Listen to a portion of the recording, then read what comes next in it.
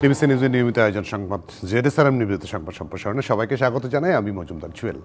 দিনে বাছাই করা সংবাদ এবং এর পর্যালোচনা নিয়ে সংবাদ সম্প্রসারণে আজকে অতিথি হিসেবে স্টুডিওতে আছেন সিনিয়র সাংবাদিক এবং কলামিস্ট হাসান মামুন এবং ইস্ট ওয়েস্ট ইউনিভার্সিটির অর্থনীতি বিভাগের সহকারী অধ্যাপক পারভেজ করিম আব্বাসী। দুজনকে স্বাগত জানাই। পারভেজ করিম আব্বাসীকে দিয়ে শুরু করি, কারণ যেহেতু সরাসরি আজকে বাজেট প্রসঙ্গ। একটা জিনিস, মূল্যস্ফীতি যে টার্গেট 6% নামানো, 6.5 বোধ হয়, 5 6.5% নামানো, এটি আদৌ আসলে কতটুকু সম্ভব হবে বলে মনে হয় আপনার? ধন্যবাদ আপনাকে জুয়েল। আমরা জানি যে আমাদের মূল্যস্ফীতি হচ্ছে আমাদের অর্থনীতির হচ্ছে যে প্রধান একটি অন্তরায় বা বাধা বলতে পারেন, এবং বিগত 2 বছর ধরে কিন্তু আমাদের মূল্যস্ফীতি 9-এর উপরে আছে। এখনো নয়, এখন হ্যাঁ, এই মাসেই হচ্ছে যে আপনার মে মাসে আছে 9.05% এখানে রিপোর্ট হয়েছে। তো সরকারের একটা টপ প্রায়োরিটি ছিল বা চ্যালেঞ্জ ছিল হচ্ছে অন্তর্বর্তীকালীন সরকারের, যে মূল্যস্ফীতিটা কমিয়ে আনলে তাহলে হচ্ছে আপনার সামষ্টিক অর্থনীতির স্থিতিশীলতা বা ম্যাক্রো ইকোনমিক স্টেবিলিটিটাকে রিস্টোর করা যাবে। তার জন্য আপনি দেখুন হচ্ছে সংকোচনমূলক মুদ্রানীতি বা হচ্ছে আপনার আপনার বাংলাদেশ ব্যাংকে যে আপনার যে বেঞ্চ ইন্টারেস্ট রেট যা আছে, বেঞ্চমার্ক রেটটা আছে 10% উপরে রাখা, এবং হচ্ছে যে তারল্যর এখানে হচ্ছে যে এখানে ওটাকে হচ্ছে কিছুটা আয়ত্তে আনা, তো আপনার লিকুইডিটিটাকে কন্ট্রোল করা, এইগুলো সব হচ্ছে প্রাধান্যতা দিয়েছে। এবং এটা কিন্তু IMF-এরও কিন্তু আমরা যে স্টেবিলাইজেশন প্রোগ্রাম আছে সেটার প্রতি কিন্তু এটা এমফেসিস আছে। কিন্তু আমার মনে হয় যে এটা যে অ্যাম্বিশিয়াস টার্গেট, এটা IMF-এর প্রজেকশন অনুযায়ীও আমাদের এই ইন্টারনাল এস্টিমেট আমাদের 1 থেকে 1.5 বছর লাগবে, কেননা আমাদের সাপ্লাই চেইন যেটাকে বলে, সাপ্লাই চেইন ডিসরাপশন আছে। তো সরবরাহ পথে যে আপনার যে এখানে প্রতিবন্ধকতা আছে, বা আপনার যে তেল গ্যাস এইগুলো যে এখানে যে আপনার যে সাপ্লাই যে ইন্টারাপ্টেড আছে, বা আমাদের যে কৃষি উৎপাদন যেগুলো আছে সেইগুলো যদি সরবরাহের উপর অনেক কিছুর উপর নির্ভরশীল, এখানে হচ্ছে যে আপনার হচ্ছে ইনফ্লেশনটা কমানো। বাট হ্যাঁ, সরকারকে এখানে যেই সরকারই থাকতো সেই সরকারের মানে প্রধান দায়িত্ব হচ্ছে যে মূল্যস্ফীতিটাকে সহনীয় মাত্রায় নিয়ে আসা। তো এইটার ব্যাপারে আমার মনে হয় যে সরকারের অ্যাটলিস্ট পলিসি ফোকাসটা এটা হচ্ছে ইজ দ্য রাইট ডিরেকশন। কতটুকু করতে পারবে সেটা আমাদের বলে দিবে হচ্ছে যে আরেকটা জিনিস যেটা আমরা ভুলে যাচ্ছি, যে রাজনৈতিক স্থিতিশীলতা। আপনার যদি রাজনৈতিক স্থিতিশীলতা যদি না থাকে, যদি মনে করেন নির্বাচন নিয়ে যদি মনে করেন প্রধান রাজনৈতিক দলগুলোর সাথে যদি এখানে সরকারের মত পার্থক্য হয়, তাহলে কিন্তু এটা সমস্যা দাঁড়িয়ে যাবে, এবং তখন কিন্তু আপনার যে আপনার সাপ্লাই যেগুলো আছে বা সরবরাহ কিন্তু ইন্টারাপ্টেড হবে। টার্গেট অ্যাচিভ করা এত সহজ না, বাট অ্যাটলিস্ট সরকার বিগত 10 মাসে একটা জিনিস করেছে, যে আগে যে মূল্যস্ফীতি যে সীমাহীন মূল্যস্ফীতি ছিল সেটাকে কন্ট্রোল করার জন্য অ্যাটলিস্ট ওদের কমিটমেন্টটা দেখিয়েছে, যেটা মার্কেটে কিছুটা হলেও রিফ্লেক্টেড হয়েছে। হাসান মামুন, এই জায়গাটায় ওই যে সাপ্লাই চেইনের কথা যে বললেন না পারভেজ করিম সিদ্দিকী, আমি সাপ্লাই চেইনটার কথা আমি একটু মানে বিশেষ ইমফাসিস দিতে চাই। ধরেন এই 5ই আগস্টের পরে এত বড় পরিবর্তন হলো, পলিটিক্যাল গভর্নমেন্ট চলে গেল, পালিয়ে গেল, সেখানে অন্তর্বর্তী সরকার ক্ষমতা নিল, সেখানে আমরা আশা করেছিলাম অন্তত এই যে পরিবহন সেক্টরের চাঁদাবাজিটা বন্ধ হবে। হাত বদল হয়েছে মাত্র, সেটাও কিন্তু একটা মানে ইম্প্যাক্ট ফেলতো কিন্তু পণ্যের দামের ক্ষেত্রে, বিশেষ করে যে আমি গ্রামের একটা 5 টাকার জিনিস শহরে বসে 15 টাকায় কিনতাম না, সেই জায়গাটাও তো ফোকাস করা যেত। হ্যাঁ, আপনি যেটা বললেন এটাকে ইকোনমিক্সে বলে নন ইকোনমিক ফ্যাক্টর, মানে অর্থনীতির বাইরের বিষয়, মানে আইন শৃঙ্খলা বা সুশাসনের বিষয়। তো এটা খুবই সঠিক। এই কথা কিন্তু আমাদের অর্থ উপদেষ্টাও একাধিকবার বলেছেন যে আমরা এই জায়গাটায় উন্নতি করতে পারছি না, চাঁদাবাজি বন্ধ করতে পারছি না ইত্যাদি। তো আমরা ইউটিউবে দেখি মাঝে মাঝে যে এখানে ওখানে চাঁদাবাজদের ধরে মারধর করা হয়। সেনা সদস্যদেরও ওই দিন দেখলাম যে একজন চাঁদাবাজকে মানে প্রহার করছে। তো এগুলো আসলে সাময়িক ব্যবস্থা। যেটা করা উচিত সেটা হলো যে রাজনৈতিক দলগুলোর সঙ্গে মিলে, রাজনৈতিক দলগুলোকে আস্থায় নিয়ে, কারণ এই চাঁদাবাজরা কোনো না কোনোভাবে রাজনৈতিক দলগুলোর সঙ্গে সম্পর্কিত অবশ্যই। এবং আপনি যেটা বললেন যে চাঁদাবাজ পরিবর্তন হয়েছে, চাঁদাবাজি বন্ধ হয়, তাই না? এবং চাঁদাবাজদের একটা প্রভাব কিন্তু পণ্যমূল্যে পড়ছে, তাদের কাজের প্রভাব। হ্যাঁ, গত রমজানে সরকার কিন্তু এই পণ্য বাজার মোটামুটি নিয়ন্ত্রণে রাখতে পেরেছিল এবং প্রশংসিত হয়েছিল। তখন এই কথাটা বলা হয়েছিল যে চাইলে কি চাঁদাবাজি হচ্ছে না। তো তখন আবার এর বিপরীতে যেটা বলা হচ্ছিল সেটা হচ্ছে যে গভর্নমেন্ট কমাস আগে থেকে কিছু পদক্ষেপ নিয়েছিল। এখানেও আমরা আলোচনা করেছি, সেটা হচ্ছে যে বেশ কিছু নিত্যপণ্যের আমদানি শুল্ক কমিয়েছিল, চাল সহ। এবং ব্যাপকভাবে কমিয়েছিল। তখন তো আমরা তার সিজনে ছিল, প্রভাব, শীতের সময় শীতের সবজির একটা সিজন ছিল। আরেকটা হচ্ছে যে দেশে যে উৎপাদিত হয় শাকসবজি, যেটা আমরা যথেষ্ট পরিমাণে উৎপাদন করি, আমাদের যা লাগে, তার উৎপাদনটা বেশি হয়েছিল। অনেকে বলে অতি উৎপাদন হয়েছিল। অতি উৎপাদন হলে আবার পণ্যের দাম কমে যায়, এটা একটা সমস্যা। যেমন আলুর দাম এখনও কিন্তু বোধহয় 25 টাকা কেজি, মানে অনেক ক্ষেত্রে 100 টাকায় 5 কেজিও পাওয়া যায় যদি একবারে কেনা হয়। পেঁয়াজের দাম এখনো কিন্তু কম আছে, গতবারের চেয়ে কম, 50 টাকা। গত কোরবানি ঈদের আগে পেঁয়াজের দাম বাড়তে দেখা যায়। 150 টাকা ছিল। পেঁয়াজের দাম সাধারণত দুবার বাড়ে, একটা হচ্ছে রমজানি বাড়ে পেঁয়াজুর কারণে, আর একটা গোমাংস ইত্যাদি এই কারণে বাড়ে হচ্ছে কোরবানি ঈদে। তো কোরবানি ঈদে এবারও কিন্তু গতবারের চেয়ে কম পেঁয়াজের দাম, এবং মশলার দাম উল্লেখযোগ্যভাবে কম এবার। তো এগুলো এক ধরনের আশীর্বাদ সরকারের জন্য এবং আমাদের সাধারণ মানুষের জন্য। কিন্তু মানে আমরা তো শুধু এই জিনিসগুলো ভোগ করি না, আমরা তো এর বাইরেও অনেক কিছু ভোগ করি। যেমন মধ্যবিত্ত শ্রেণীর যে উত্থান হয়েছে বাংলাদেশে, তারা কিন্তু এমন অনেক পণ্য ব্যবহার করে যেগুলোর দাম কিন্তু এই বাজেটে বাড়বে। যেমন ফ্রিজ টেলিভিশনের দাম বাড়ছে, তাই না? তারপরে হচ্ছে মেয়েদের কসমেটিক্সের দাম বাড়ছে। এগুলো কিন্তু অপরিহার্য পণ্য হয়ে গেছে একটা ক্লাসের মানুষের জন্য, তাই না? তারপরে হচ্ছে ঘরে যেসব পণ্য সামগ্রী ব্যবহার করা হয়, টিস্যু পেপার, তারপরে হচ্ছে টয়লেট ক্লিনার, হ্যাঁ, এগুলো দাম বাড়ানো হচ্ছে। তো এই মিডল ক্লাস কিন্তু এই যে দীর্ঘদিন ধরে যে মূল্যস্ফীতি চলছে, যেটা আব্বাসী ভাই বললেন যে 2 বছর, আমি তো বলবো 2022 থেকে, অর্থাৎ করোনার পর থেকে কিন্তু মূল্যস্ফীতি উচ্চ পর্যায়ে, এবং 3 বছর ধরে একটা মূল্যস্ফীতি পরিস্থিতির মধ্যে আমরা আছি। এবং এই পরিস্থিতিতে কিন্তু মধ্যবিত্ত শ্রেণীর একাংশ নিম্ন মধ্যবিত্ত হয়ে গেছে, নিম্ন মধ্যবিত্তের একাংশ আরও নিচে নেমে গেছে। এই তত্ত্বাবধায়ক বলছি কেন, সরি, অন্তর্বর্তী সরকারের আমলে 27 লাখ থেকে 30 লাখ মানুষ বেকার হয়েছে, মানে দারিদ্র সীমার নিচে অতি দরিদ্র হয়ে যাবে, এই সব খবরও আছে, তাই না? তো এই পরিস্থিতিতে এই বাজেটে আমরা মূল্যস্ফীতি নিয়ে আলাপ করছিলাম, আরেকটা আলাপ হতে পারে, সেটা হচ্ছে কর্মসংস্থান। কর্মসংস্থান পরিস্থিতি কিন্তু যথেষ্টই খারাপ। আমরা যদি মূল্যস্ফীতি কিছুটা কমাতেও পারি কিন্তু কর্মসংস্থান দিতে না পারি, তাহলে কিন্তু লাভ হবে না, তাই না? আরেকটা হচ্ছে যে মজুরি, আমাদের যে পরিমাণ বেকার প্রতি বছর যুক্ত হয়, সেই পরিমাণ তো কর্মসংস্থান দিতে পারে না বহু বছর। 22 থেকে 24 লাখ বেকার যুক্ত হয়। এর অল্প কিছু বিদেশে হয়তো চলে যায়, বাকিটা তো দেশেই থেকে যায়। এবং এরা অনেক ক্ষেত্রে ডিসগাইজড হয়ে থাকে। যেমন কৃষিতে আছে, মনে হয় যে লোকটা কাজ করছে, আসলে লোকটাকে সরিয়ে নিলে দেখা যাবে যে কন্ট্রিবিউশন তার নাই। তো এই আমরা মনে করি যে এমপ্লয়মেন্ট আছে, কিন্তু আসলে সে এমপ্লয়েড না। কিন্তু এখানে একটা জিনিস উল্টো চিত্র কিন্তু বিভিন্ন জায়গায় পাওয়া যায়। ধরেন এখন 1000 টাকা দিয়েও কিন্তু যে কৃষিকাজের জন্য লোক পাওয়া যায়, কৃষিকাজে মজুরের সংকট দেখা দেয়, বিশেষ করে যখন ধান চাল উত্তোলন মৌসুম হয় তখন। এখন এই সংকটটা আছে, 1000 টাকা 800 টাকা কিন্তু মজুরি, কিন্তু এটা সারা বছর তো সে পায় না। সারা বছর হয়তো তাকে অন্য কাজ করতে হয়, অকৃষি কাজ করতে হয়, তাকে ভ্যান চালাতে হয়, দোকানদারি করতে হয়, তাই না? মালামাল পরিবহন করতে হয়। তো গ্রামাঞ্চলে কিন্তু ওই কৃষির বাইরে যে খাতটা, এই খাতের একটা বিকাশ হচ্ছে। জি, আমি একটু আবার আসি যে সেই জায়গাটা আবার যে আমরা গত সরকারের আমলে মানে জিডিপির প্রজেকশন 7.7 এখন 5.2, এটাও মনে হয় 2.5 হবে কিনা অ্যাম্বিশিয়াস। দেখুন, বলতে গেলে তো হবে, আগের সরকারের যে উন্নয়নের যে জয়গাথাটা ছিল, কিছু যে উন্নয়ন হয় না তা নয়, কিন্তু অনেকটাই ছিল হচ্ছে অনেক ক্ষেত্রে হচ্ছে ক্রেডিট নেওয়ার জন্য বা হাততালি নেওয়ার জন্য। বহুবার বলা হয়েছে যেখানে হচ্ছে ডেটাগুলোকে ইনফ্লেট করা হয়েছিল, গোয়েবলস থিওরি করা, গোয়েবলসের থিওরি মতো ইনফ্লেশনের, তো মানে ডেটা ইনফ্লেশন যেটাকে বলে। এবং আপনার এখানে হচ্ছে যে আমরা সবসময় বলি যে বিশাল রেকর্ড বাজেট, রেকর্ড বাজেট মানে হচ্ছে রেকর্ড ডাকাতি বা করাপশন করার সুযোগ। এইবার যে এখানে আপনার প্রথমে আমি বলছিলাম যে মামুন ভাই যেটা বলতে যথার্থই বলছিলেন, এই যে 7,90,000 কোটি টাকা রেকর্ড বাজেটের থেকে 7,000 কোটি টাকা 7,000 কোটি টাকা কম, এবং হচ্ছে ওরা হচ্ছে এখন ওদের বলছে যে বাজেট ডেফিসিটটাকে ঘাটতির মধ্যে 3.6% মধ্যে নিয়ে আসতে হবে। কেন? এটা হচ্ছে এখন ওয়ার্ল্ড ব্যাংক বা IMF থেকে চাপ আছে, আপনার ডেভেলপমেন্ট পার্টনারদের থেকে আপনাকে চাপ আছে, যেটা ইমপ্লিমেন্ট করতে হবে। এখন আমি আপনার প্রশ্নে যদি ফেরত আসি, যে এই যে এখন এই বাজেটটা হচ্ছে কি অনেকটা বলে নো ফ্রিলস বাজেট, কেন এটা অন্তর্বর্তীকালীন সরকারের কিন্তু মেয়াদটাও হচ্ছে অন্তর্বর্তীকালীন, ইনডিফিনিট না। তো এটার 5 বছরের মেয়াদ না, 2 বছরের মেয়াদ না। কিন্তু আবার আপনি দেখুন ওদের চ্যালেঞ্জ দুটো, এক হচ্ছে যে মামুন ভাই যেটা বললেন যে আমাদের এখন হচ্ছে যে অর্থনীতি অবস্থা বেশ কয়েক বছর ধরে 3-4 বছর ধরে খুব চাপে আছে, সে কোভিডের আমল থেকেই চাপে আছে।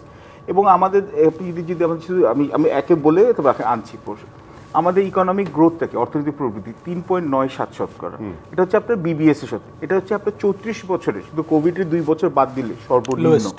আচ্ছা, তারপর আপনি যদি দেখেন আপনার বেসরকারি খাতের ঋণ নেওয়ার যে প্রবণতা মাত্র 7.3%। তার মানে হচ্ছে কি বেসরকারি খাতে এখানে হচ্ছে বিনিয়োগ করার ব্যাপারে কোনো কনফিডেন্স নাই। রাজনৈতিক সরকার না আসলে ওরা বিনিয়োগ করবে না, আইন শৃঙ্খলা অবস্থার উন্নতি না হলে ওরা বিনিয়োগ করবে না। আচ্ছা, তারপর আপনার ওয়ার্ল্ড ব্যাংকের ম্যাক্রো পভার্টি আপডেটে যেটা আছে যে 60% মানে 5টার মধ্যে 3টা পরিবারের হচ্ছে যে আপনার সঞ্চয় হাত দিতে হবে, তার মানে সঞ্চয় কমে যাচ্ছে। বেকারত্বের হার 4% বেড়ে গেছে আপনার এখানে, এটা এখানে ওদের যা আছে। এবং তার সাথে সাথে হচ্ছে যে মূল্যস্ফীতিরও কিন্তু হচ্ছে 9 বা 10-এর ঘরে এটা বলছে যে প্রজেকশন হবে। তার সাথে সাথে হচ্ছে আপনার যে বেসরকারি খাতে বিনিয়োগ, এটা হচ্ছে মাত্র হচ্ছে আপনার 22.4% জিডিপি। এবং আপনার বৈদেশিক বিনিয়োগ, আপনি যতই ইনভেস্টমেন্ট সামিট করেন, ইনভেস্টমেন্ট সামিটকে আমি ক্রিটিসাইজ করছি না, সেন্সিটাইজেশন হিসাবে, রোড শো হিসাবে, কিন্তু 5 বছরের সর্বনিম্ন।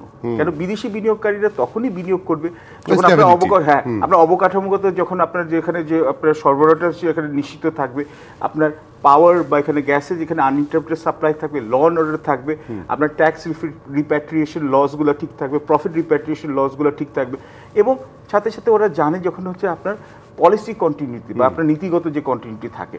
এখন এইরকম একটা অবস্থাতে আমাদের আপনার জিডিপি বাড়বে কতটুকু। এবং লাস্ট একটা কথা হচ্ছে যে আপনার চ্যালেঞ্জটা হচ্ছে কি, আপনাকে এখন যেটা হচ্ছে আমরা এখন আয়টা আমাদের বাড়াতে হবে। কেন আমাদের যে 7.4% হচ্ছে যে tax revenue GDP, one of the lowest in the world. এবং আপনি এটার জন্য কিন্তু আমাদের বিদেশি কিন্তু লোন নেওয়ার প্রবণতা বেড়ে যাচ্ছে। পরের বার যদি আপনি সুযোগ দেন আমি এটা বলবো যে বাজেটের যে সে জায়গাটায় আমি একটু আসতে চাই যে মানে রাজস্ব বিভাগে যে আয়ের যে প্রজেকশনটা করা হয়েছে, আপনি জানেন রাজস্ব বিভাগ 2 ভাগ করা নিয়ে এরই মধ্যে কিন্তু টেনশন আছে। এখন অনেকেই বলে যে একটা ধামাচাপা দিয়ে রাখা হয়েছে, এই বাজেট সবকিছু মিলে যেন টাকা পয়সা আসে, তারপরে আদৌ কিন্তু এটা সমাধান হয় নাই। সেক্ষেত্রে এই প্রজেকশন কতটুকু আসলে কাজে লাগবে বলে? হ্যাঁ, 5 লাখ কোটি টাকা সম্ভবত, প্রায় বেশি 5 লাখ কোটি টাকার বেশি। 5 লাখ কোটি টাকা হচ্ছে এনবিআর, আর এনবিআর বহির্ভূত হচ্ছে আরো কিছু। যাই হোক, লক্ষ্যমাত্রা একটু সব সময় বেশি করে ধরা হয়, একটু উচ্চাভিলাষী রাখা হয়, পরে কারেকশনের সুযোগ আছে। কারেকশন তো করতেই হয়, এবারও করা হয়েছে, তাই না? তবে এবার কারেকশন করে যে জায়গায় রাজস্ব লক্ষ্যমাত্রা আনা হয়েছে তার চেয়ে 40,000 কোটি টাকা বেশি রাজস্ব ধরা হয়েছে, মানে আহরণ করতে হবে। তো প্রশ্ন হচ্ছে আপনি যেটা বললেন যে এই এনবিআর সেটা পারবে কিনা। এনবিআরে তো অস্থিরতা তৈরি হয়েছে, মানে এনবিআর রিফর্ম নিয়ে। তো এনবিআর রিফর্মের এই কথা তো সেই 111 সরকারের সময় থেকে হচ্ছে। এটা নিয়ে কিন্তু কারো কোনো আপত্তি নাই যে এনবিআরকে 2 ভাগ করা, নীতি বিভাগ, বাস্তবায়ন বিভাগ আলাদা করা, কারণ কনফ্লিক্ট অফ ইন্টারেস্ট এড়াতে হবে। তারপরে হচ্ছে যে ট্যাক্স স্ট্রাকচারে অনেকগুলো রিফর্ম করা দরকার আছে, সেজন্য নীতি বিভাগকে আলাদা করে তাদেরকে গবেষণার সুযোগ দেওয়া, এই ব্যাপারগুলো আমাদের এজেন্ডা হিসেবে আছে। এবং এই ব্যাপারে দিক নির্দেশনা বাজেটেও থাকতে পারতো, সেটা কিন্তু আমি খুব একটা দেখিনি। যেমন ব্যবসায়ীদের অনেক অভিযোগ আছে ট্যাক্স রেট বিষয়ে, তারপরে হচ্ছে যে আমদানির ক্ষেত্রে অতিরিক্ত শুল্ক তাদের উপর আরোপিত হয় কিভাবে এইসব নিয়ে তাদের অনেক অভিযোগ আছে। তো সেগুলো তো দেখতে হবে, কারণ সেগুলো না দেখলে তারা কিন্তু এই যে প্রেশারটা তাদের উপর, তাদের খরচের প্রেশারটা, তারা এটা ভোক্তাদের উপর চাপিয়ে দেবে। হ্যাঁ, কিন্তু মুশকিল হয় যারা ওই যে ফরেন মার্কেটে পণ্য সামগ্রী বিক্রি করে, তারা তো তাদের উপর চাপিয়ে দিতে পারে না, তারা খুব ক্রাইসিস ফেস করে। তো এই জায়গাগুলো দেখার আছে। হ্যাঁ, আরেকটা হলো যে এনবিআরে যে অস্থিরতা তৈরি হচ্ছে সে কারণে কিন্তু এই অর্থবছর তো এখনো চলছে, মানে চলমান অর্থবছরটা, এই অর্থবছরের শেষ সময়ে কিন্তু রাজস্ব আহরণ বাড়ে। হ্যাঁ, এবং মে জুনের দিকে তো বাড়ে। কিন্তু এবার কিন্তু আমার মনে হয় যে আমরা মাস শেষে দেখব যে রাজস্ব আহরণ বাড়ছে না। কারণটা হচ্ছে যে, এবং আমরা তো দেখলাম যে এই যে এনবিআর এর কলম বিরতির কারণে কিন্তু পোর্টগুলোতে কাজের ঘাটতি হয়েছে এবং আমদানি রপ্তানি ক্ষতিগ্রস্ত হয়েছে। আবার ট্রান্সশিপমেন্ট বন্ধ, সেটার কারণে যাচ্ছে না, সেটা তো অন্য ইস্যু, সেটা হচ্ছে ভারতের সঙ্গে। এমনিও কলম বিরতির কারণে কিন্তু ট্যাক্স পেতাম। হ্যাঁ, কলম বিরতির কারণে কিন্তু আমাদের ব্যবসায়ীরা সাফার করছে এবং তাদের খরচ বাড়ছে ইত্যাদি, তাই না? এই কারণে বলা হচ্ছে যে এই মানে ঈদের কারণেও কিন্তু বেশ কিছুদিন বন্ধ থাকছে এবং এই কারণেও ব্যবসায়ীরা ক্ষতিগ্রস্ত হবে। তো এই ব্যাপারগুলো আছে। এই কারণে এনবিআরকে মানে আস্থায় নিয়েই কাজগুলো করতে হবে, কারণ এনবিআর এর উপর তো বিরাট প্রেশার। অবশ্যই বাজেট বাস্তবায়নের প্রেশারটা কিন্তু এনবিআর এর উপর পুরোটাই। এনবিআরকে প্রায় রাজস্ব বাজেটের পুরোটাই মানে সংগ্রহ করে দিতে। আমি সেই জায়গাটা একটা বিরতি এনবিআরকে হোস্টাইল করে কিন্তু লাভ নাই। বিরতি নিয়ে এসে আমি একটু আলোচনা করতে চাই, কারণ হচ্ছে আমরা সারা জীবন ঠিক না, মানে বিগত বহু বছর ধরে এই যে পরিকল্পনা উপদেষ্টা এখন যিনি অর্থ উপদেষ্টা, তাদের সমালোচনা শুনে এসেছি বিগত সরকারগুলোর বাজেট নিয়ে। তাদের কাছ থেকে একটা ঐতিহাসিক বাজেট আমরা আশা করেছিলাম, একটা দিক নির্দেশনামূলক, যে পরবর্তী সরকারগুলো এটাকে ফলো করে চমৎকার বাজেট সামনের দিকে দিতে পারে, কিন্তু সেটা আমরা পেলাম বোধহয় বলে মনে হয় না। সিপিডিও বলেছে কাঠামোগত কোনো পরিবর্তন হয়নি। কেন হলো না? আলোচনা আসবে, একটা বিরতি নিয়ে এসে। দর্শক আপনারা থাকবেন জেডএসআরএম নিবেদিত সংবাদ সম্প্রসারণে, একটা বিরতি নিচ্ছি। বিরতি পরে আবার স্বাগত জেডএসআরএম নিবেদিত সংবাদ সম্প্রসারণে। আমাদের সঙ্গে স্টুডিওতে অতিথি হিসেবে আছেন সিনিয়র সাংবাদিক ও কলামিস্ট হাসান মামুন এবং ইস্ট ওয়েস্ট ইউনিভার্সিটির অর্থনীতি বিভাগের সহকারী অধ্যাপক পারভেজ করিম আব্বাসী। ওই যেটা বললাম, কাঠামোগত পরিবর্তন হলো না, আমরা তাদের কাছ থেকে একটা নীতি আদর্শিক বাজেট পেলাম না কেন? এক হচ্ছে যে আসলে প্রশ্নটা হচ্ছে যে এটা গোড়ায় গলদ থাকলে সমস্যা কেন। এক হচ্ছে যে আপনি দেখেন যে আগের সরকারের যে অর্থনৈতিক যে দুর্ব্যবস্থা, বা আমি বলবো যে ম্যাল ম্যানেজমেন্ট, নট ইভেন মিসম্যানেজমেন্ট, এটা ওরা ইনহেরিট করেছে। 2 হচ্ছে যে বিদেশি ঋণের বোঝা, এবং 3 হচ্ছে যে আইএমএফের সাথে কিন্তু আমাদের যে চতুর্থ এবং পঞ্চম কিস্তির জন্য যে লোনটা নেগোসিয়েশন করা, ওটার মধ্যে মূল যেটা ছিল হচ্ছে যে ওদের কন্ডিশন, একটা ছিল এক্সচেঞ্জ রেট ফ্লোট করা, আরেকটা ছিল হচ্ছে আমাদের রেভিনিউ বা আপনার কর আহরণের এখানে ক্ষমতাটা যে বাড়ানো। তো সুতরাং এখানে হচ্ছে যে এই যে এখন যে এই সরকারের যে এখানে, এবং এক ধরনের যেহেতু আপনি দেখবেন যে আমাদের অর্থনীতি যেভাবে সংকোচন করেছে, তো এর মধ্যে হচ্ছে ওদের কিন্তু বড় একটা খুব অ্যাম্বিশিয়াস বাজেট করার মতো জায়গা ছিল না, ট্রুথ বি টোল্ড। এবং আমাদের যে ইনহেরেন্ট যে ইকোনমিক স্ট্রাকচার, যে অবকাঠামোর দুর্বলতা আছে, কেন আমাদের দেখুন আমাদের প্রত্যক্ষ যে কর ডিরেক্ট ট্যাক্স মাত্র 34%, আমাদের 66% বা 66% হচ্ছে আমাদের ইনডিরেক্ট ট্যাক্স দিয়ে, এবং এর মধ্যে শুধু 35% শুধু আসে ভ্যাট দিয়ে। যে ভাই বললেন, মামুন ভাই বললেন যে এখানে হচ্ছে যে তার জন্য এনবিআর এর হচ্ছে যে এখানে হচ্ছে অত্যন্ত বড় একটা রোল। এবং আপনার যেখানে এখানে দেখুন আমাদের আমাদের যে এখানে করদাতার যে সংখ্যা, আমাদের জনপ্রতি এখানে পৃথিবীর মধ্যে সর্বনিম্নর মধ্যে একটা। তো এবং আপনি কর আহরণ আপনি করতে পারছেন না, তখন কি করছেন, আপনি ব্যাংক থেকে লোন নিচ্ছেন, এবং আপনার কিন্তু ব্যাংক থেকে লোনের পর যখন আপনার ঘাটতি পূরণ হচ্ছে না, বিদেশি ঋণের প্রবণতা বাড়ছে। এই বছরই আমাদেরকে দিতে হচ্ছে 3.5 বিলিয়ন, $3.5 বিলিয়ন হচ্ছে আমাদের ডেট সার্ভিসিং করতে হবে। এবং আমরা কিন্তু এখনও কিন্তু দেখছি যে আমাদের মিডিয়াতে সব জায়গায় খবর আসে যে জুনের দিকে বাজেট সাপোর্টের জন্য আরও $3.5 বিলিয়ন লোন নেওয়া হবে। তার মানে দেখুন, আপনি একদিকে হচ্ছে যে আপনার শুধু আপনার উন্নয়নের কাজটা আপনি কিন্তু রেভিনিউ ফাইন্যান্সিং দিয়ে করছেন, এবং এখন হচ্ছে কি আপনার হচ্ছে যেহেতু ব্যবসায়ীরা বিনিয়োগ করতে চাচ্ছেন না এখানে, এবং তার জন্য কর্মসংস্থান হচ্ছে না, এবং হচ্ছে যে আপনার আবার যে আপনার যে নিম্ন এবং হচ্ছে আপনার নিম্ন আয়ের লোকদেরকে যেখানে আছে, তাদের আমাদের যেখানে আছে ওদের প্রায় 22% হচ্ছে দারিদ্র সীমার নিচে, প্রায় 4 কোটি লোক হচ্ছে দারিদ্র সীমার নিচে। তাহলে এখন এইসব লোকদেরকে যে আপনাকে যেখানে সোশ্যাল সিকিউরিটি সাপোর্ট দিতে হবে, ওটার জন্য তো আপনার বাজেটে করতে হবে, সাপোর্ট দিতে হবে। এবং এই বাজেটও আমরা একই জিনিস দেখলাম যে আমাদের যে স্বাস্থ্য খাতে আমরা মাত্র 1.6% জিডিপি দিচ্ছি, আমরা এডুকেশন বা শিক্ষা খাতে 1% দিচ্ছি।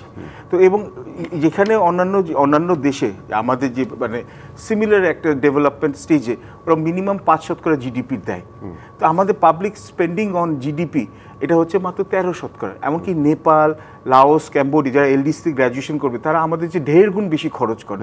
তো আমরা বলছি একদিকে যে আমরা হচ্ছে দক্ষ এখানে হচ্ছে মানব সম্পদ বানাবো, হিউম্যান ক্যাপিটাল, তা আমাদের কাছে সম্পদ নাই। এবং আমাদের যে 2,21,000 কোটি টাকার যে ঘাটতি, এর মধ্যে 96,000 কোটি টাকা আসতে হবে আবার হচ্ছে বৈদেশিক ঋণ থেকে, আপনার 1,04,000 কোটি টাকা আনতে হবে ব্যাংক থেকে। তো ব্যাংক থেকে আপনার লোন নেওয়ার প্রবণতা কমলেও এখনও তো আছে, এবং এটাতে আপনার ক্রাউডিং আউট হবে, তাহলে সুদের হার তো আরও বাড়বে, এবং মাত্র 21,000 কোটি টাকা আসবে হচ্ছে নন ব্যাংক সোর্স থেকে। এখন এইরকম একটা জায়গায় আপনি যদি আবার এর মধ্যে দেখেন, আপনি যে মরার পর খাড়ার ঘা বলেন, আমি সমালোচনা করছি না, কিন্তু এটা চিন্তা করা উচিত। আপনি চাইছেন যে বিদেশিরা বিনিয়োগ করুক, আপনার এখানে ফ্যাক্টরি বানানো হোক, এবং আপনার এখন কিন্তু দেখুন আমাদের দেশি এবং হচ্ছে বিদেশি ফ্যাক্টরি এখন বাংলাদেশে ফ্যাক্টরি করে কি করছে, ভাই বলে যেটা ফাস্ট মুভিং কনজিউমার গুডস, এই যে আপনার ব্লেন্ডার, তারপর হচ্ছে ওয়াশিং মেশিন, ফ্রিজ, মোবাইল, এখন এগুলো তো এখানে উৎপাদন হচ্ছে, এখানে তো কর্মসংস্থান হচ্ছে, প্রযুক্তিতে আদান প্রদান হচ্ছে, যেটা টেকনোলজি ট্রান্সফার হচ্ছে। এখন আপনি এইগুলোর উপর যদি আপনি কর বাড়িয়ে দেন তাহলে কি হবে? আবার আপনি আমদানি করার প্রবণতা বাড়িয়ে দেবেন। তো আপনি দেখুন, এবং তারপর হচ্ছে যে আপনার যে আমরা বলবো যে ক্ষুদ্র এবং হচ্ছে যে আপনার হচ্ছে মাঝারি যে এখানে আপনার উদ্যোগপতি বা আপনার যে মাইক্রো এবং স্মল অ্যান্ড মিডিয়াম এন্টারপ্রেনারদের উপর টার্নওভার ট্যাক্স আপনি 0.6% থেকে 1% উপর বাড়িয়ে দিয়েছেন। এবং আপনি যে এই যে দেখুন যে পলিটিক্যাল গভর্নমেন্ট না হলেও যে আবার সমস্যা হয়, এটা হচ্ছে যে এখন আপনি যে আপনার ট্যাক্স নেটটা বা করের যে এখানে আয়তনটা বাড়াবেন, আমাদের তো গ্রাম দেশেও বা হচ্ছে ছোটো ছোটো শহরেও কিন্তু অনেকে আছে যে আয় করে, তো ঠিক মতো ট্যাক্স এখানে দেওয়া হয় না। তো এই আসল জায়গায় যদি আপনি হাত না দেন তাহলে, এবং সবচেয়ে সমস্যাটা কি হয় জানেন ভাই, এটা না বললেই না, অর্থনীতিবিদ হিসাবেও আপনি আইএমএফ প্রেসক্রিপশন ফলো করেন, কিন্তু আপনি কাদের উপর বোঝা চাপাচ্ছেন? যারা হচ্ছে আপনার হোয়াইট কলার চাকরি করেন, যারা হচ্ছে 9টা থেকে 5টা করেন, যাদের অ্যাটসোর্স ট্যাক্স কেটে নিচ্ছে, যারা হচ্ছে অলরেডি ট্যাক্স দিচ্ছে, তাদের উপর আপনি শুধু চাপটা দিচ্ছেন। সেই জায়গাটা আমি হাসান মামুনের কাছে আসি, যে আমি যে কথাটা প্রশ্নটা আমি লিখেছিলাম যে এই লক্ষণীয় একটি বাজেট পেলাম না কেন? হ্যাঁ, এটা একটা প্রত্যাশা ছিল অনেকের মধ্যে যে একটা নতুন দিক নির্দেশনামূলক বাজেট হবে ইত্যাদি, সেটা হয়নি। পুরনো স্ট্রাকচারের মধ্যেই বাজেট রয়ে গেছে। আমি কিন্তু বলবো যে এই প্রত্যাশাটা একটু বেশি ছিল, কারণ এটা একটা অন্তর্বর্তী সরকার, এটা বুঝতে হবে। এটা কোনো রাজনৈতিক সরকার অবশ্যই, মানে নির্বাচিত সরকার না, সেই অর্থে এটা রাজনৈতিক সরকার না, কোনো দলীয় সরকার না, এবং এটার কোনো নির্দিষ্ট মেয়াদ নাই, তাই না? এমনকি যদি ডিসেম্বরের মধ্যে নির্বাচন হয়ে যায়, সেরকম সুযোগ তো আছে, চান্স আছে। যদি হয়ে যায়, অধিকাংশ রাজনৈতিক দল তো এর পক্ষে, তাই না? এবং বড় রাজনৈতিক দল যাদের নির্বাচন হলে ক্ষমতায় আসার চান্স বেশি, সবচেয়ে বেশি, তারা এটা চাচ্ছে। এমনকি সেনাপ্রধান এটা চাচ্ছেন, উনিও তো স্টেক হোল্ডার এই গণ অভ্যুত্থানের। তো তাই যদি হয় তাহলে তো দেখা যাবে যে এই বাজেটের অর্ধেক বাস্তবায়ন করলো এই সরকার, এবং পরবর্তী অংশ বাস্তবায়ন করলো নতুন সরকার, তাই না? তো সেজন্য আমি মনে করি যে একটা মানে এই ধরনের একটা বাজেট দেয়াই ভালো হয়েছে। আমি মনে করি যে মানে বিপ্লবাত্মক কিছু না, পুরনো কাঠামোর মধ্যেই কিছুটা এদিক সেদিক করে একটা ভারসাম্য প্রতিষ্ঠার চেষ্টা বাজেটে আমি যতটা লক্ষ্য করেছি আছে। মানে মূল্যস্ফীতি প্রবৃদ্ধি, তারপরে হচ্ছে যে কর আহরণ, বিদেশি সাহায্য, এগুলো মোটামুটি একটা অ্যাডজাস্ট করার চেষ্টা করেছে আমাদের অর্থ উপদেষ্টা সাহেব। উনি তো একা করেননি, মানে বাজেট প্রণয়নে যারা নিয়োজিত ছিলেন তারা, বিশেষ করে আমলারা।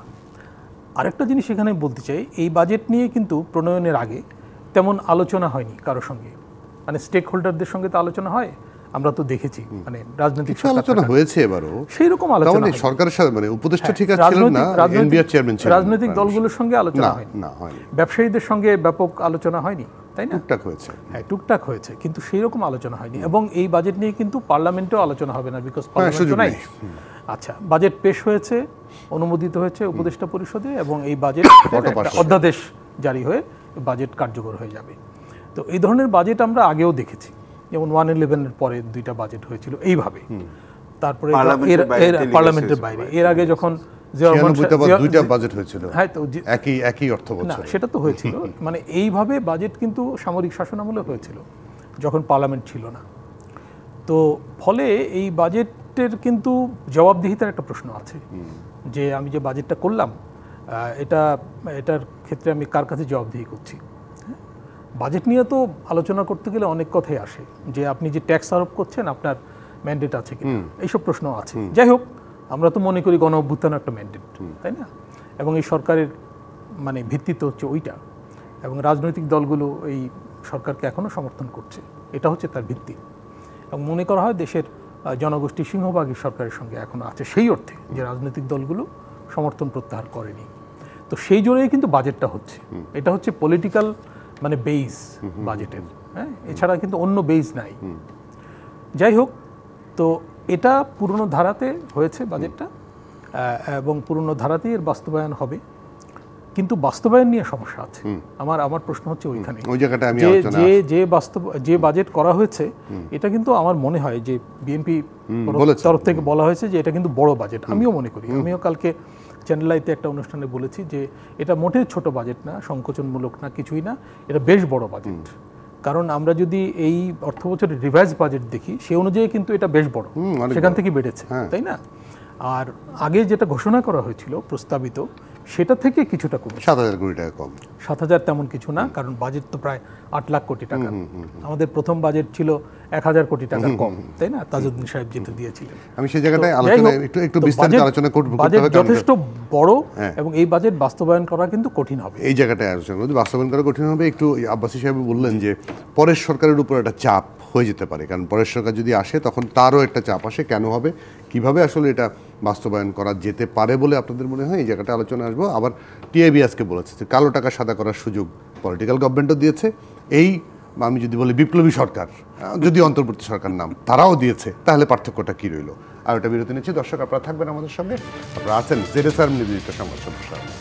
বিরতির পর আবারও স্বাগত জেডএসআর নিবেদিত সংবাদ সম্প্রসারণের সঙ্গে আছেন হাসান মামুন এবং পারভেজ করিম আব্বাসী, দুজনকে আবারও স্বাগত। হাসান মামুন, ওই যে প্রশ্নটা করে গিয়েছিলাম যে কালো টাকা সাদা করার সুযোগ এখন আছে, টিআইবি সমালোচনা করছে, কি হলো তাহলে? হ্যাঁ, ওই তো আমি বললাম যে পুরনো স্ট্রাকচারে বাজেটটা হয়েছে এবং ওই তো মানে আবাসন খাতে, জমি ইত্যাদিতে কালো টাকা সাদা আগের সরকার তাই ছিল, এবং জমি রেজিস্ট্রেশন খরচও কিন্তু কমানো হয়েছে, কারণ জমি মানে হদবদল খুব একটা হচ্ছিল না, মানে এই খাতটা একটু ঝিমিয়ে গেছিল। তো এই খাতের কন্ট্রিবিউশন আছে ইকোনমিতে, সেই জন্য হয়তো গভর্নমেন্ট এখনো মানে কন্ট্রিবিউশন থাকলেও, এই সুযোগ থাকলেও কি আসবে? হ্যাঁ, ভয় আছে না? সেটা যাই হোক। তো এখন মানে বিষয় হচ্ছে যে সরকারকে তো কর আহরণ করতে হবে এবং সরকারকে ঋণও করতে হবে বড় বাজেট বাস্তবায়নের জন্য। বাইরে থেকে ঋণ না পেলে দেশের ভেতর থেকে নিতে হবে, দেশের ভেতর থেকে নিলে বেশি খরচে নিতে হবে। এবং আমরা লক্ষ্য করব যে 1,22,000 কোটি টাকা সুদে যাচ্ছে খালি, মানে এটা হচ্ছে সর্বোচ্চ ব্যয় বাজেটে। এটা কিন্তু প্রতিবারই দেখা যাচ্ছে, মানে স্ট্রাকচার একই। তো মুশকিল হলো যে ঋণ করে বা রাজস্ব আহরণ করে যা আমরা করি সারা বছর, মানে বিরাট প্রশাসন পোষা। আমাদের ইকোনমির সাইজ অনুযায়ী কিন্তু প্রশাসন বড়, একটা দাবি ছিল যে প্রশাসন ছোট করা, তো সেটা আগামী পলিটিক্যাল গভর্নমেন্ট পারবে কিনা আমরা জানি না।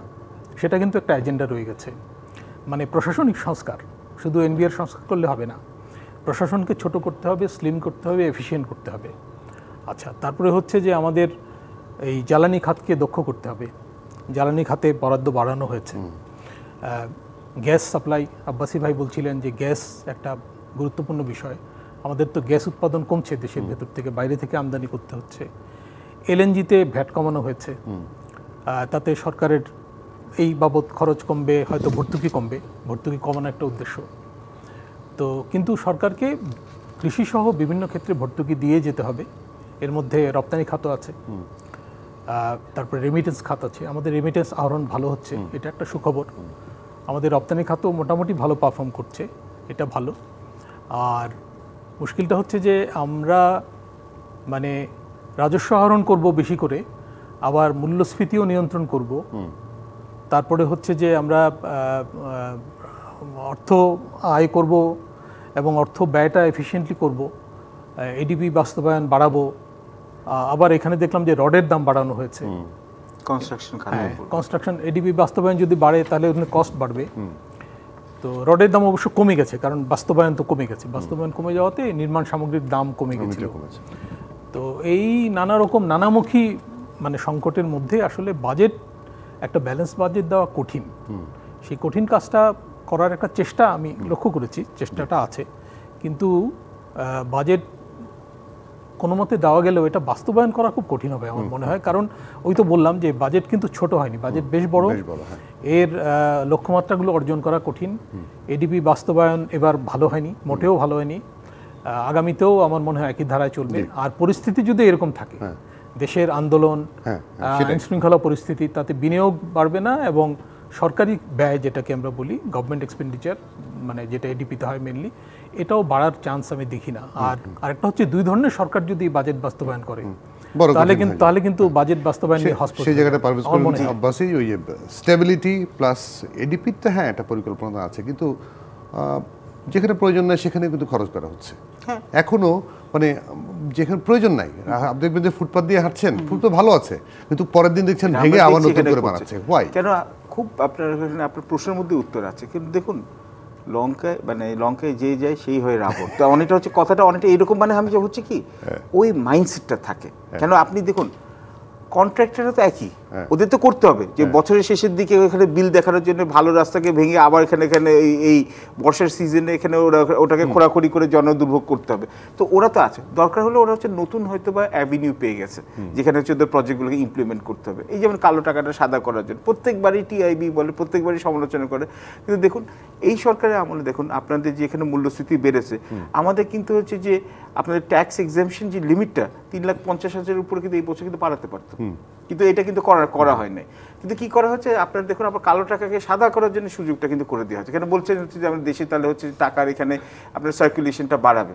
তো এটা হচ্ছে সাংঘর্ষিক। এবং আরেকটা কথা যেটা হচ্ছে আপনি একদিকে আপনি চেষ্টা করছেন হচ্ছে কর্মসংস্থানে, একদিকে চাচ্ছেন আপনি ব্যবসাকে প্রণোদনা দেওয়ার জন্য, কিন্তু আরেকদিকে আপনি আবার হচ্ছে যে আপনি আপনার সংকোচনমূলক মুদ্রানীতি করবেন, আপনি কর আহরণের মাত্রা বাড়িয়ে দেবেন। এটা হচ্ছে দুইটা অবজেক্টিভটা হচ্ছে সাংঘর্ষিক ভাই, যেটা বলছেন অ্যাজ আ রেজাল্ট। এবং আপনার হচ্ছে যে বেসরকারি খাতের আপনার কিন্তু হচ্ছে যে বিশ্বাস বা ওই আপনার যে কনফিডেন্স, এটা যদি না পান আপনার কর্মসংস্থান আর বিনিয়োগ হবে কি করে? সবচেয়ে বড় স্টেক হোল্ডার আপনি ভাই ঠিকই বলেছেন, কয়টা চেম্বারের সাথে কনসাল্ট করা হয়েছে, কেন ওরাও তো একটা বড় এখানে এবং আমলাতন্ত্র অ্যাবসলিউটলি, এবং হচ্ছে আমলাতন্ত্রিক আপনি সাহায্য না পান, আমলারা তো হচ্ছে বাজেটটাকে ইমপ্লিমেন্ট করবে। ওখানে দেখেন আমলাদের সাথে কিন্তু এখানে বিউরোক্রেসির সাথে কিন্তু আপনাদের কিন্তু একটা বড় একটা পার্থক্য আছে। তো এতগুলো চ্যালেঞ্জের মধ্যে বাজেট যেটা দেওয়া হয়েছে, বাজেট যাই হয়েছে, কিন্তু বাজেটে যদি 1/3 যদি ইমপ্লিমেন্টেড হয় আমরা বলবো লাকি। জি, একদম পরিষ্কার। পারভেজ করিম সিদ্দিকী এবং আব্বাসী এবং হাসান মামুন দুজনকে অনেক ধন্যবাদ, কৃতজ্ঞতা আজকে আমাদেরকে সময় দেওয়ার জন্য। দর্শক আপনাদেরকেও ধন্যবাদ, আপনারা যারা এতক্ষণ আমাদের সঙ্গে ছিলেন। এই ছিল ZSRM নিবেদিত সংবাদ সম্প্রসারণে বিবিসি।